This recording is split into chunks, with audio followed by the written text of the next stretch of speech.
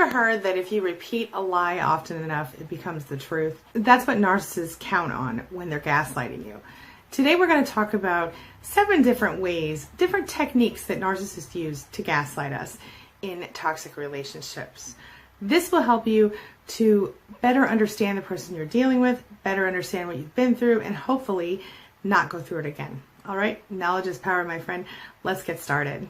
My name is Angie Atkinson, and on this channel, I offer free daily video coaching to help you discover, understand, and overcome narcissistic abuse in toxic relationships. I like to call it toxic relationship rehab. Does that sound good to you? If so, hit that subscribe button and let's get going. So just as a brief starting point, I want to officially define gaslighting for you and explain to you what it is, just in case you don't know. So really quickly, gaslighting is a persistent type of manipulation that a narcissist or other toxic person will apply to you, use against you in order to control you, to make you doubt your own perception of reality, and ultimately to make you feel crazy. When they make you feel crazy, then they can feel in control of you, and often you'll give up the control when you reach that point because you don't know what else to do. Today we're going to talk about, like I said, 7 different tactics that commonly are used by gaslighters in relationships. We're going to start with one of the most obvious ones, the biggest, most painful one maybe, and that is to dominate you, to control you. The narcissist will behave as though you deserve nothing at all when it comes to having choices, opinions. Anytime you have a choice or an opinion to state or make, the narcissist will minimize you and attack you. They lie to you, they manipulate you, they coerce you in order to keep you in a constant state of insecurity and fear. When you live in a state of fear, you'll have almost no choice but to submit to their will, and that's exactly what they want. Because what happens is that you actually begin to doubt your own perception, like I said, of reality, and question your ability to make choices reasonably, your ability to function on a healthy, normal level. And once you start to do that, the narcissist gains control over you. Now let's move on to number 2. I'm going to call number 2 crumbs of goodness, okay? And what I mean is every now and then you'll get a little hope. Oh my gosh, maybe things are going to go back to normal or how they used to be. Maybe the narcissist is going to be kinder from now on. The narcissist will give you little glimmers of who they used to be or who you thought you signed up to be with. And it's just all false hope. They make you believe that maybe things are going to get better. And believe it or not, this is another form of gaslighting. They will occasionally treat you with kindness. They'll be a little gentle to you. They might even throw a compliment your way, give you a tiny taste of validation. They might even be really, really nice, and they might even show some sort of superficial remorse to you. And you'll go, oh, maybe it isn't that bad. Maybe I can make it through this. It's going to be okay, right? Not really. It is a temporary maneuvering tactic that they're using to manipulate you and control you back into submission. This one often comes up anytime you think to yourself, you know what, I'm done, I'm out of here. That's when they'll start doing this. It's similar to hoovering. You know what I'm talking about? The worst part of this one is that they often use it to further make you dependent on them. And this kind of increases the enmeshment that you have. So it's even harder to leave them when this tactic is used. And I think they know it, whether subconsciously or not. And I think that depends on where they are on the spectrum. Number 3, the narcissist will force you into a codependent relationship. I know we just talked about codependency, but this is a little different. What they do is they require you to get their approval for everything. They might do this by making it really hard on you when you don't in the beginning of the relationship. Well, how dare you make, bratwurst for dinner? I don't like bratwurst. You should have known that. And the next time, how dare you, cook a vegan meal? You know I need meat with my dinner. Whatever. The point is they will begin to pick at small things, and that you will become so paranoid of triggering their fear and anger that your first step is always, what do you think, narcissist? Is this okay with you? Codependent is defined by the dictionary as excessive emotional or psychological reliance on a partner. Your narcissist exploits this, constantly pulling your strings, pushing your buttons, to force you to be insecure, anxious, and worried, and not be able to function with your own thoughts and feelings. You must always obtain their opinion before you can do anything. And that's exactly what they want, because guess what it gives them? Do you know? Control. Yes. So by forming a codependent relationship with you, they keep you in a constant state of fear, constant state of vulnerability, and they constantly invalidate you. Number 4, a narcissist will wear you down. That's a technique. Sometimes they do this by depriving you of sleep, keeping you up in the middle of the night or waking you up in the middle of the night to actually abuse you. I did a whole video on that called sleep abuse. They stay on the offensive in order to constantly have you in a state of high stress, high anxiety. Your adrenaline's always going. Eventually you're exhausted. You might even say to people or to yourself all the time, oh my God, I'm so exhausted. And when you do that, you become discouraged. You become pessimistic. You resign yourself to, this is my life. You stay scared. You stay debilitated. You're always doubting yourself. Everything you think, feel, and say, you're doubting it. You start to question your own perception of reality.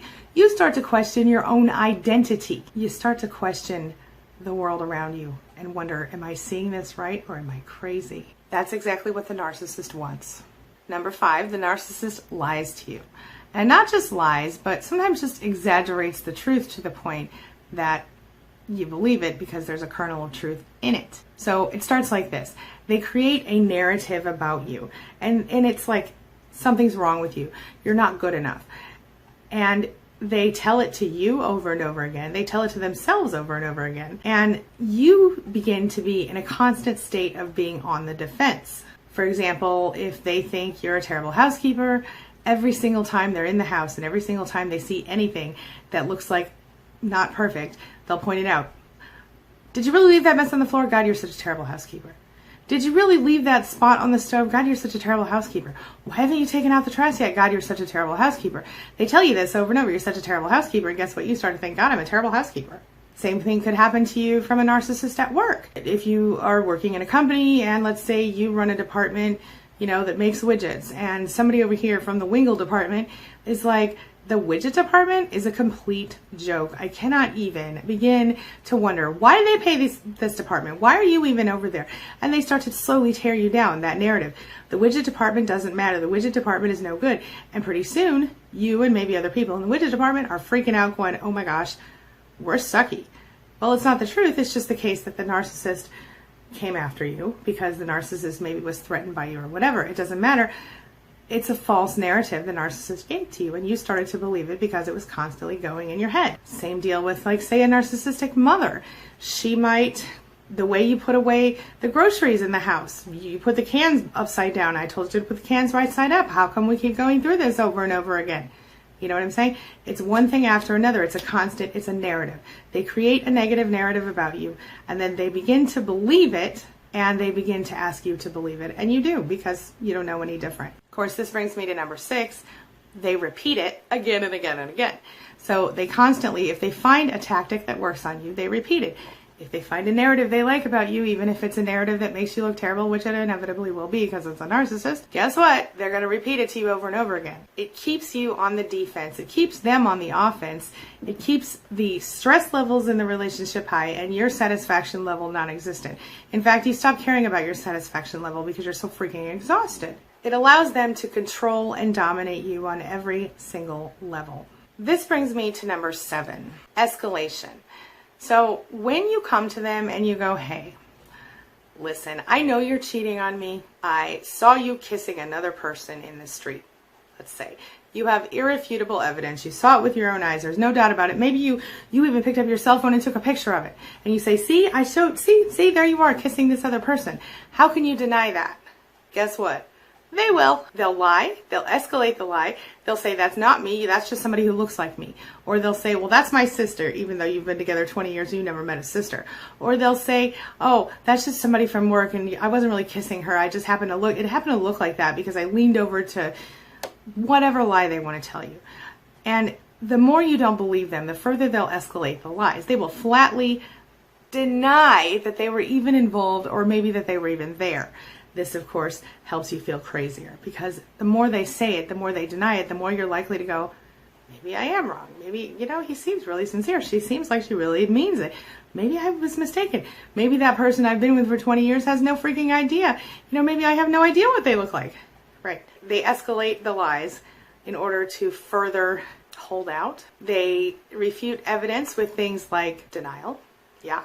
Blame. Well, I only did that because you haven't kissed me in a month. More false claims, like that was my sister, my cousin, my aunt, my long lost mother. They twist the facts. And what it all comes down to is they are trying to create enough doubt and confusion in your mind that you might believe, A, that you're crazy enough to have been mistaken, that wasn't really them kissing a strange person, and B, that you feel confused. And because they are so adamant and so strong about this is really not the truth, what choice do you have but to believe them? And if you dare to question them, they smack you right down. Maybe not physically, but they do it. So, there you go. Those are 7 gaslighting techniques that narcissists commonly use against us. So now it's time for the question of the day. And the question of the day is, are you familiar with gaslighting? Has it happened to you? Do any of those 7 techniques sound familiar to you? And what other techniques have been used against you? Share your thoughts, your experiences, and your ideas in the comments section below. You never know, you might just save the life of another survivor. All right, that's all I've got for you right now. In my next video, I'll give you tips on how to deal with gaslighting. All right? Thank you so much for being a part of my day and a part of my life. And hey, thanks for letting me be a part of yours. It really does mean a lot to me. I'll see you soon. It's my mission to teach others what I know to be true. You really can create the life you want. Take care of your body. Take care of your soul. Nurture the real you and introduce him or her to the world. Be comfortable in your own skin and in your place in this world. Take your spot, take it now, and the universe will take its cue from you. You feel me? If so, subscribe to my channel. Let's get it done together.